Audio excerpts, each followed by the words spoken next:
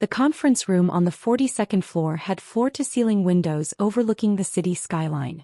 I'd walked past this room 100 times in the past 3 years, always from the hallway, always with my employee badge dangling from my neck like a reminder of my place in the hierarchy. Today was different.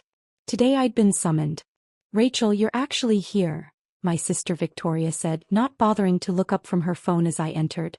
She sat at the head of the long mahogany table, wearing a designer suit that probably cost more than my monthly rent. "I thought you'd be too busy with your spreadsheets." Around the table sat the key players in our family's commercial real estate empire. My father Richard at Victoria's right hand, my brother Marcus checking his Rolex, my mother Diane flipping through a leather portfolio, and my uncle Thomas reviewing documents with practiced disinterest. And then there were the outsiders. Gerald Chin, our chief financial officer. Patricia Morrison, our lead corporate attorney. David Kim representing the acquisition firm. They looked uncomfortable, which I found interesting. "I got the meeting notification," I said simply, taking a seat at the far end of the table. The employee end, as Victoria had once joked. "We're expanding," my father announced, spreading his hands as if unveiling a masterpiece. "Morrison Property Group has made an offer to merge with our portfolio. The deal would make us the third largest commercial real estate firm in the state." Marcus leaned back in his chair. "We're talking about a $200 million valuation. The Morrison name, combined with our properties, puts us in a completely different league. I've already spoken with our media contacts," my mother added. "The announcement will position Victoria as one of the youngest CEOs of a major real estate company in the region. The coverage alone will be invaluable." I nodded, saying nothing. Victoria finally looked at me, her expression a mixture of amusement and condescension. "I know this is probably overwhelming for you, Rachel. You've been handling accounts payable for 3 years now? This is a different level of business entirely." "I understand," I said. "Do you?" She laughed, and the sound echoed in the expensive room. "This is the kind of deal that requires vision, strategy, the ability to see the bigger picture beyond processing invoices and organizing file cabinets." My uncle Thomas cleared his throat. "Victoria's right. This merger represents everything we've been building toward since your grandfather started the company 40 years ago. It's not the kind of opportunity that comes along often." "We wanted you here for the announcement," my father said, his tone suggesting he was doing me a favor. "Your family, after all. Even if you're not involved in the decision-making process, you should know what's happening with the company." Patricia Morrison, our attorney, shifted in her seat. She'd been avoiding eye contact with me since I entered, I realized. Gerald Chin, our CFO, had his hands folded on the table, his expression carefully neutral. "The paperwork is all prepared," Marcus said, sliding a thick folder across the table toward Victoria. "All we need are the signatures from the key stakeholders, and we can announce by end of week." Victoria picked up an expensive pen, the kind that came in its own presentation box. "This is it," she said, her voice taking on that dramatic quality she used when she wanted to seem profound. "The moment that changes everything for our family legacy." "Before we proceed," Gerald said quietly, "I need to review the approval requirements." Victoria waved her hand dismissively. "We've been over this, Gerald. Dad owns 32%. Mom owns 10%. I own 16%. Marcus owns 8%. Thomas owns 6%. We have more than enough to approve the merger." "That's 72%, Patricia said, her voice careful. "But that's not quite accurate in terms of the approval threshold." My father frowned. "What do you mean?" "We're the majority shareholders. We control the company." "You control 72% of the shares among your immediate family members present at this table," Gerald said. He was choosing his words very carefully now. "However, for a merger of this magnitude, we need approval from anyone holding a controlling interest." "We just established we have controlling interest," Marcus said impatiently. "Can we move forward?" David Kim, the acquisition representative, spoke for the first time. "I think what Mr. Chin is trying to explain is that Morrison Property Group's due diligence revealed a discrepancy in the ownership structure. One that wasn't immediately apparent in the initial documentation." The room went quiet. "What kind of discrepancy?" my mother asked. Patricia opened her own folder, and I noticed her hands were slightly unsteady. "When your father-in-law, Rachel, Victoria, and Marcus's grandfather, passed away 6 years ago. He left his shares in the company to his grandchildren equally. At the time, that represented 60% of the company. Yes, we know all this, Victoria said. Those shares were divided 3 ways. I got 20%, Marcus got 20%, and Rachel got 20%. That's correct, Patricia said. However, 3 years ago, both Victoria and Marcus sold portions of their inherited shares back to other family members to fund personal investments. Victoria sold 4% to your father. Marcus sold 12% to your father and uncle. Victoria's face tightened. Those were strategic decisions. We reinvested that capital into other ventures. I'm not questioning the decisions, Patricia said. I'm clarifying the current ownership structure. After those sales, Victoria holds 16% and Marcus holds 8%, as you stated. And Rachel? My father asked, his tone suggesting the question was an afterthought. Gerald looked directly at me for the first time since the meeting began. Rachel never sold her inherited shares. She still holds the full 20% she received from your father. So, Victoria said, 20% isn't controlling interest. What's your point? There's more, Patricia said. 4 years ago, a shell corporation called Redwood Holdings began purchasing shares in the company through various private sales. Small transactions, nothing that triggered disclosure requirements individually, but significant in aggregate. My brother leaned forward. Who owns Redwood Holdings? Gerald slid a document across the table. According to the corporate filings I reviewed this morning, Redwood Holdings is wholly owned by Rachel Morrison. The silence that followed was profound. That's impossible, Victoria said, but her voice had lost its confident edge. Redwood Holdings acquired 38% of the company over a 4-year period, Patricia continued. Combined with Rachel's original 20% inheritance, that gives her 58% of the company. She is the majority shareholder and controlling partner. My father stood up so quickly his chair scraped against the floor. That can't be right. Where would Rachel get the capital to purchase 38% of a real estate company? I'd like to know that too, my mother said, her voice sharp. I spoke for the first time in several minutes, my voice calm. Grandfather left me something else besides company shares. A trust fund that matured when I turned 25. I used it to invest in the company. Why? Marcus demanded. Why would you buy shares in secret? I didn't buy them in secret, I said. I bought them through proper legal channels. Every transaction was documented and filed appropriately. The fact that none of you paid attention to the corporate ownership structure isn't my responsibility. Victoria's face had gone pale. You've been sitting in that cubicle processing invoices, pretending to be some low-level employee while you own the majority of the company? I wasn't pretending anything, I said. I work in accounts payable because I wanted to understand how money flows through the company at every level. I learned more in that department than I ever could have in a corner office. This is absurd, my father said, but he'd sat back down and I could see him trying to process the implications. You're saying we can't proceed with the merger without Rachel's approval? That's exactly what I'm saying, Patricia confirmed.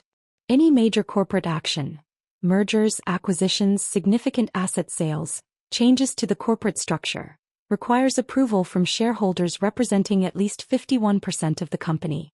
Rachel holds 58%. Her approval is mandatory. David Kim gathered his papers. Morrison Property Group conducted this merger negotiation in good faith, believing we were dealing with the decision-makers of the company.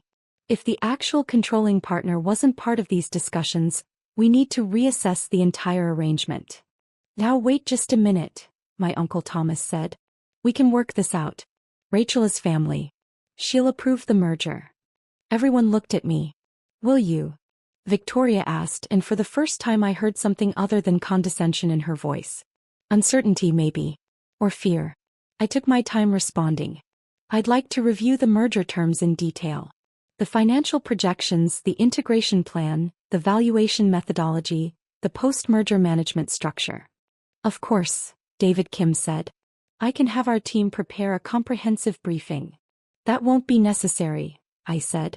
I've already reviewed the preliminary documents. I have concerns about several aspects of the deal. My mother's eyes narrowed. What kind of concerns? The valuation seems low, I said. Our property portfolio includes 3 buildings that have appreciated significantly beyond their assessed values in the merger documents. The Morrison Group is getting them at a discount. Gerald nodded slowly. I raised that issue in the preliminary review. I was told the valuation was acceptable to the family. It wasn't acceptable to me, I said. Because nobody asked me. Victoria's hands were clenched on the table. So what are you saying? You're going to block the merger out of spite.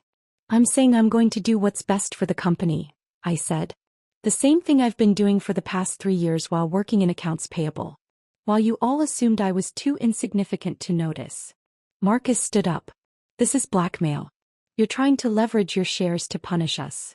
I'm exercising my rights as the majority shareholder, I said.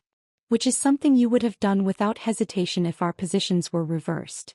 Patricia cleared her throat. There's another matter we need to address. The current corporate structure has Victoria listed as CEO, but that appointment was made under the assumption that the family voting bloc held controlling interest. Given the actual ownership distribution, Rachel has the authority to restructure the management team. The implications of that statement settled over the room like a heavy fog. You wouldn't, Victoria said. I haven't decided what I'm going to do, I said. But I think it's time we had an honest conversation about how this company has been run. And who's been making decisions without proper authorization. My father's face had turned red. Proper authorization? We built this company. We've been running it for decades. You've been running 72% of it, I corrected. I've owned 58% for the past several months, once the final share purchases cleared. Every major decision made in that time should have had my approval.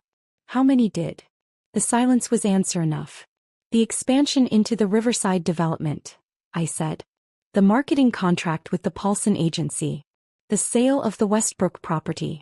The new construction project downtown. None of those crossed my desk for approval. Gerald shifted uncomfortably. I raised concerns about approval processes several times. I was told the family would handle internal coordination. The family handled it by excluding me from every significant decision, I said, while treating me like I was barely qualified to process their expense reports. You never said anything, my mother protested. You never indicated you wanted to be involved in management. I attended every shareholders meeting I was invited to, I said. Which was today. The first one in 3 years. Victoria's champagne glass, which she'd been holding this entire time, finally moved as she set it down with a sharp click. So this is your revenge. You're going to destroy the merger and take over the company to get back at us for not treating you like a princess. I'm going to protect my investment, I said, and ensure this company is run properly. Those aren't the same thing as revenge. Although I understand why you might confuse them. David Kim stood. I think Morrison Property Group needs to table these discussions until the internal ownership situation is resolved. We can't proceed with a merger when the actual controlling partner hasn't been part of the negotiation. Wait, my father said. David, we can work this out. Family disagreement. We'll get Rachel on board. How? David asked pointedly. From what I'm hearing, your daughter owns 58% of a company she's been deliberately excluded from managing. That's not a minor internal matter. That's a fundamental problem with corporate governance. He nodded to Patricia and Gerald. Our team will be in touch once you have clarity on decision-making authority. He left, his footsteps echoing in the suddenly quiet room. The door closed behind him and Victoria finally exploded.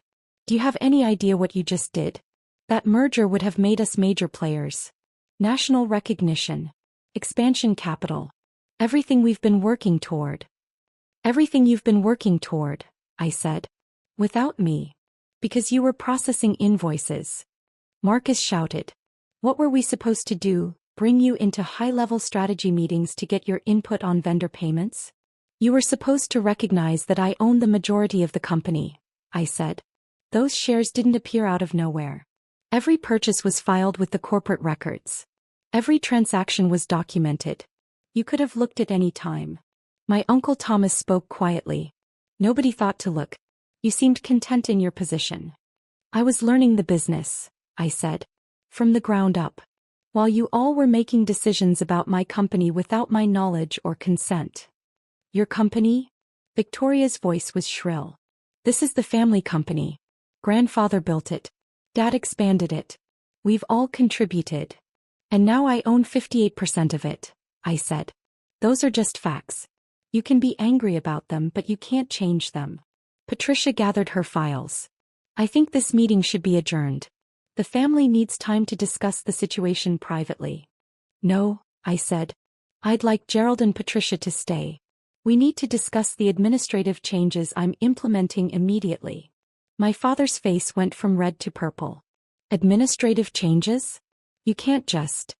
I can, I said, my voice still calm. According to the corporate bylaws, which I've read thoroughly, the majority shareholder has the authority to restructure management with board approval. I am the board majority.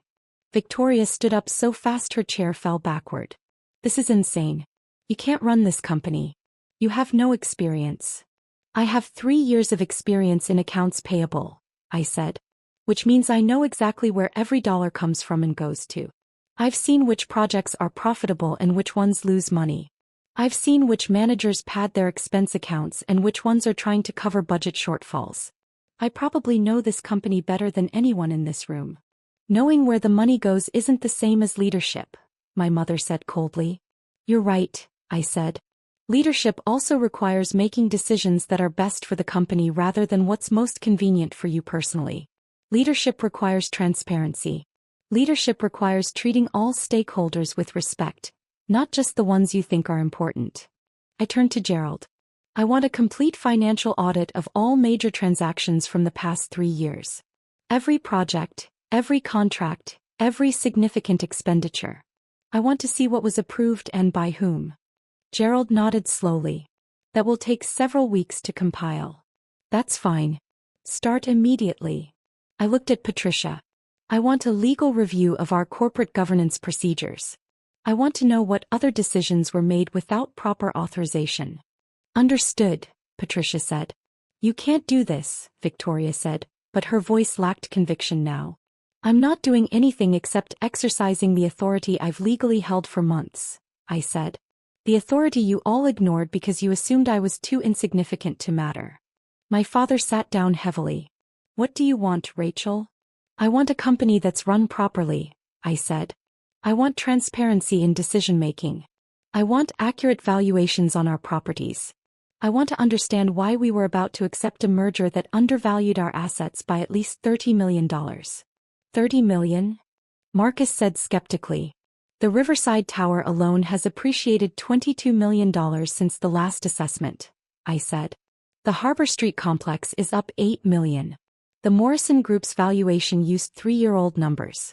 Gerald flagged it and you ignored him because you were too excited about the press coverage. Gerald's expression confirmed I was right. I also want to restructure the management team, I said. Victoria, you're removed as CEO effective immediately. The words hit like a physical blow. Victoria actually stumbled backward. You can't. I can and I am, I said. You've been making major corporate decisions without shareholder approval. You've been prioritizing personal recognition over company welfare. You negotiated a merger that would have cost us tens of millions in undervalued assets. Those aren't the actions of an effective CEO. Dad, Victoria turned to our father desperately. Tell her she can't do this. My father looked at Patricia. Can she? Patricia nodded. As majority shareholder, Rachel has the authority to remove and appoint officers. If she chooses to do so, the decision is legally binding. Marcus, I continued, you're removed from the CFO position. My brother went white. On what grounds? You approved the Riverside development expansion without proper due diligence, I said. We're overextended on that project by 40%. I know because I processed the invoices. Gerald warned you the contractors were inflating costs. You told him to approve the payments because you didn't want delays. Marcus looked at Gerald, who kept his expression carefully neutral. Dad, you're removed as chairman of the board. My father stood again. Now you're going too far. You've been treating company assets like your personal property, I said. The company Mercedes you drive? That's a corporate asset used for personal use, which creates tax complications. The Hawaii trip last month that was billed as a business development conference? I processed the spa charges and the golf resort fees. That's not business development. Every major company has expenses. My father started. Legitimate expenses that are properly documented and justified, I interrupted. Not personal vacations disguised as business trips. Patricia, I want a full review of executive compensation and expenses. Patricia made notes in her folder. What about me? My Uncle Thomas asked quietly. You've been doing your job appropriately, I said. You can stay on as operations director. Gerald, you're promoted to CFO. Patricia, you remain as general counsel. I'm appointing myself as interim CEO while we restructure. Victoria laughed, but it was a desperate sound. You've been filing invoices for 3 years. And learning every aspect of how this company functions, I said. I know our cash flow patterns. I know which tenants pay late and which properties need maintenance. I know which vendors overcharge and which ones deliver value. I know which managers respect their teams and which ones create hostile work environments. How would you know that last part? My mother asked. Because I've had lunch in the break room with those teams for 3 years, I said. While you all ate in expensive restaurants on the company card, I was hearing about the real problems in our operations. The maintenance delays. The tenant complaints that get ignored. The safety concerns that get dismissed. The employees who quit because their managers are incompetent. I stood up. This meeting is adjourned. Gerald, Patricia, I'll need you both in my office in 1 hour to begin the transition process. Your office. Victoria said. You work in a cubicle. Not anymore, I said. I'll be using the executive suite. You have until end of business today to clear out your personal items. I walked toward the door, then paused and turned back. One more thing. The merger with Morrison Property Group is rejected. Gerald, please inform their team that we appreciate their interest, but we won't be proceeding. You're making a massive mistake, my father said. Maybe, I said. But it's my mistake to make. This is my company. It has been for months. You just refused to see it because you couldn't imagine that the daughter processing invoices could be anything more than a low-level employee. I left the conference room and walked down the hallway past the executive offices, past the mahogany walls and expensive art, back toward the elevator. My hands were steady, my breathing calm. Behind me, I could hear voices rising in the conference room, muffled by the thick walls but unmistakably angry. I didn't care. Let them be angry. Let them realize what it felt like to have decisions made without their input, to be excluded from the rooms where their futures were determined. I pulled out my phone and sent a text to Gerald. Office meeting confirmed for 2 p.m. Please bring all corporate governance documents and the last 3 years of financial statements. His response came within seconds. We'll be there. Congratulations, by the way. I smiled. Gerald had known. Of course he had. A good CFO pays attention to the ownership structure. He'd probably been waiting months for this moment, watching me process invoices and attend to administrative tasks while sitting on controlling interest in the company. The elevator arrived and I stepped inside. The reflection in the polished doors showed a woman in a simple business suit. No designer labels, no expensive jewelry. I looked exactly like what I was. Someone who'd spent 3 years learning a business from the bottom up. But now everyone knew what I really was. The person in control. My phone buzzed with a call from Victoria. I let it go to voicemail. Then Marcus called. Voicemail. Then my mother. By the time I reached the ground floor, I had 7 missed calls and a dozen text messages ranging from angry demands to desperate pleas. I deleted them all and walked out into the afternoon sunlight, already thinking about the changes I needed to implement. The management restructuring was just the beginning. We had operational inefficiencies to address, employee concerns to handle, properties to properly evaluate, and a corporate culture to rebuild. And I had a lot of people to prove wrong. My phone rang again. This time it was Gerald. Yes. I answered. Patricia and I were just comparing notes, he said. The executive suite is being cleared as we speak. Victoria is having security escort her out. She tried to access the financial systems, but IT locked her credentials per corporate security protocols. Good, I said. What about my father and Marcus? Your father is making calls to board members, Gerald said. But since you're the board majority, those calls aren't particularly productive. Marcus is in his office. He hasn't come out yet. Let me know when he leaves, I said. I want all 3 of them off the property by 5 p.m. today. Understood. Rachel. Gerald paused. For what it's worth, some of us have been hoping for this day for a long time. The company needs real leadership. It's about to get it, I said. See you at 2. I hung up and walked toward my car, a modest sedan parked in the employee lot where I'd parked every day for 3 years. Tomorrow I'd park in the executive garage. Tomorrow I'd walk through the front doors as the CEO and controlling owner, not the quiet woman from accounts payable. Tomorrow everything would be different. But today I was still the person who understood exactly how much power she held and exactly how to use it.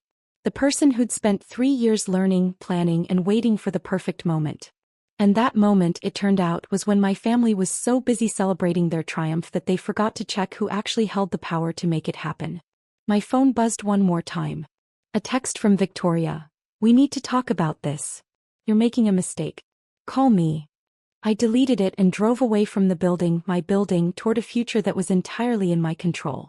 Behind me, in that conference room on the 42nd floor, my family was probably still arguing about what had just happened. Still trying to understand how they'd missed the signs. Still wondering how the daughter they'd dismissed as insignificant had been holding all the cards the entire time. Let them wonder. I had a company to run.